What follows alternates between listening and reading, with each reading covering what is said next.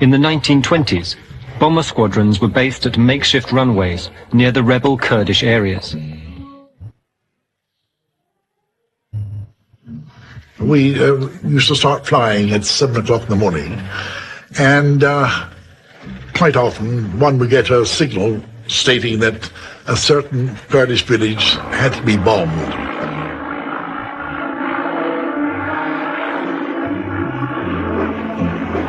We used to fly in pairs because with little or no radio telephony, we had to keep in touch. Otherwise, if one of us went down, no one would know where they'd gone.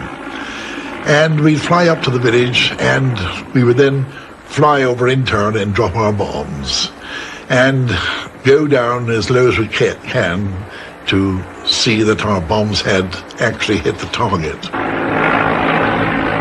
The pilots were ordered to machine gun any Kurds who looked hostile.